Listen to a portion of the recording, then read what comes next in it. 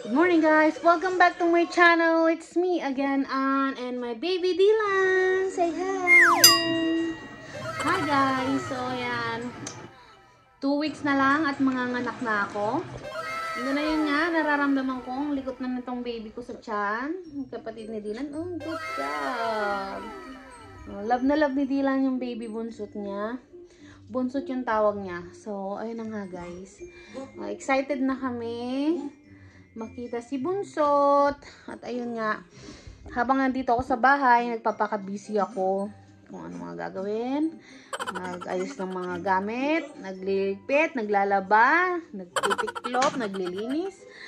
At ayun nga, kakapalit ko lang ng bedsheet. At ayun, finally meron naman akong nagawa ngayong araw. Kasi parang hindi ako sanay nang wala akong ginagawa. So, natitiklop si Dylan ng underwear ng daddy niya. So, yan. Where is daddy? Ay? Where is daddy? Asan si daddy? Dylan? Work. So, ayan. Kakahango ko lang ng aking nilabhang mga underwears.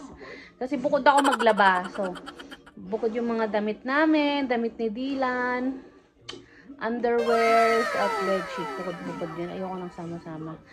So, ayun na nga guys. Marami pa akong gagawin. Liligpitin. So, samahan niyo ako for today's video. Kasi magliligpit-ligpit tayo. So, ayan. Papakita ko sa inyo napakakalat dito sa paligid ko. Ayan. Unang-una, mga ano ni Dila, mga laruan. So, ayan sa loob. Mga gamit ng baby. And then, yun ay damit ni Dylan, pero natiklop ko na yan kagabi, which is malinis na yan. And then, ito nga yung aming bed is queen size bed.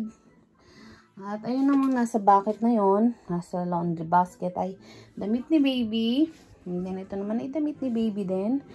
Pero yan, di pa ako tapos, naglilinis pa ako. And then, swing ni baby. Yung mga damit namin na malinis na tiniklop ko kagabi, para liligpitin ko na lang.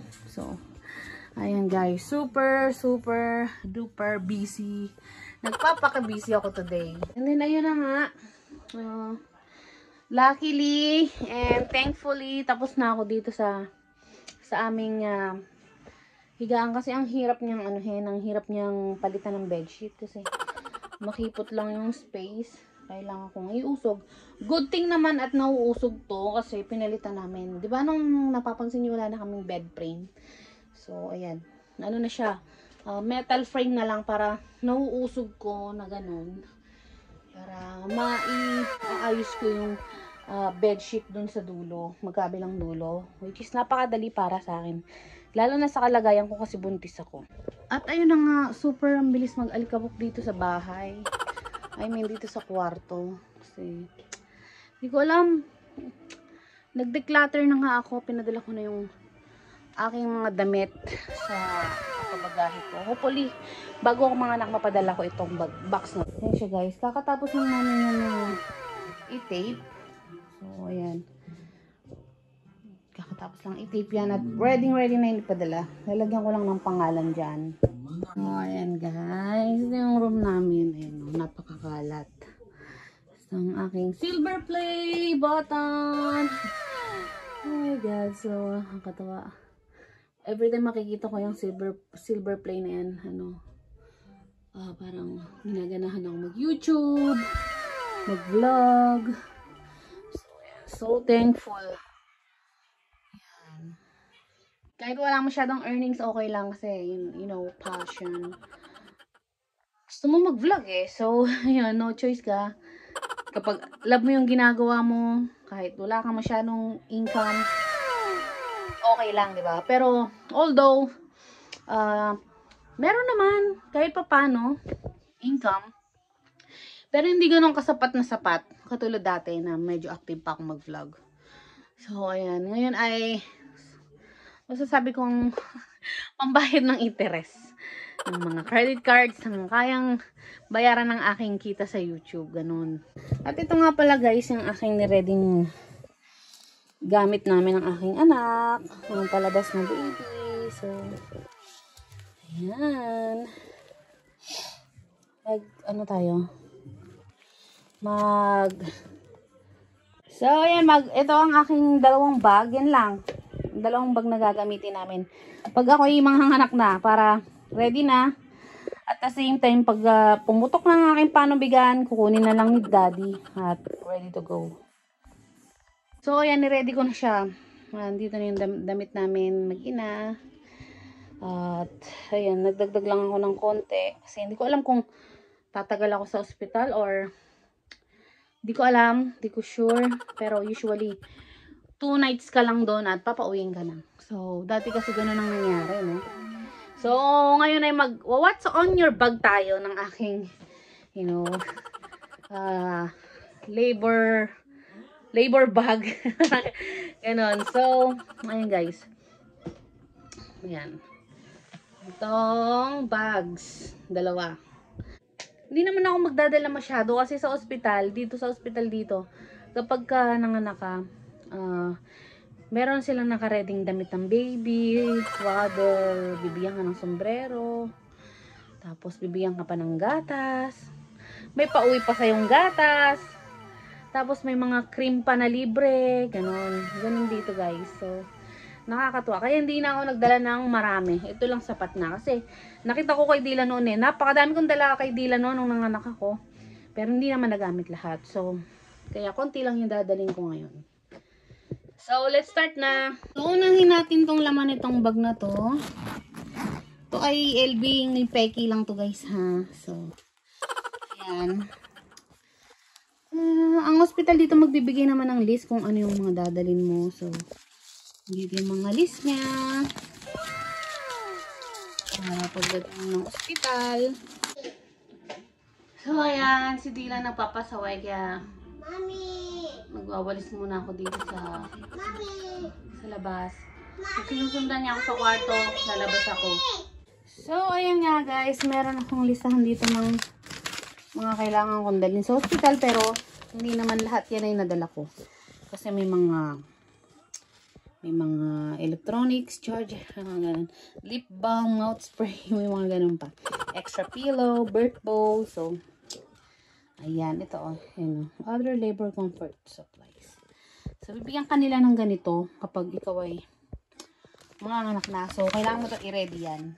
Dito naman sa akin papanganakan ay meron namang mga ganyan. So, siguro hindi ko rin magagamit, tsaka hassle din kasi marami akong bit-bit. So, ngayon ipapakita ko na sa inyo kung ano yung mga dadalhin namin sa ospital, which is yung konti lang. So, sabi ko nga, diba, unahin natin to na dito ay panty ko, yan. Parang maternity underwear. Tapos, mga jogging pants, syempre. Ano ba yan? Then, diaper ng newborn. Ilang piraso lang kasi I know naman na meron sila doon. Baby hat. Ito ay damit ng baby. Napkins. And then toothpaste. Tapos, ayun lang naman. Tapos, nursing bra. Ayan. Jogging pants at t-shirt. And then, ito namang white na bag. Damit ko lang yan na additional damit kasi hindi ko sure kung anong ganap. So, ayan. Pakita ko sa inyo yung loob. So, sa loob, ito po ang laman yan. So, ayan. Merong shoes ng baby. Pang-pauwi ng baby. Then, isang leggings lang. Jogging pants ulit at long sleeve. So, ayan lang naman guys na additional na dadalhin ko kasi gusto ko lang magpasigurado. Pero syempre, may idadagdag pa ako dito mga chargers. Yun lang siguro. Alcohol. Para syempre sa kamay. And then, kalimutan ko palang bumili ng napkins. So, maybe napkins. And then, ayun lang siguro. Kasi alam ko naman na provided naman yung iba ng hospital. So, kung ano na lang yung advice nilang bilhin namin, yun na lang yung bibili namin. And then, ayun na nga guys, hinihingal ako kasi talagang, my God. So, kakatapos ko lang paliguan si Dylan at ang hirap bihisan. So, ayan, sabi ko ay pag uwi ng daddy niya, liguan. Pero hindi ko matiis kasi ayan, nakita ko ang dungis kasi pinakain ko kaya pinaliguan ko na lang din. So, hindi pa ako tapos magligpit dito. And then, pero malapit na rin. Kasi lahat naman ay nakatiklop na. Lagi ko na lang sa kanilang mga drawers. And then, good to go na. Mamaya-maya papahinga naman kami. Tutulog si Dylan. Syempre, papadidiin ko ulit. And then, ayun. Ganun ang buhay. And then, yun na nga. Tapos, sinalang ko na rin yung mga bedsheets namin. Mga comforter. Mga pillowcase. And, ayun. Good. All good na. So, ayun lang guys. Ang vlog for today update. So, ayan. What's on my maternity bag.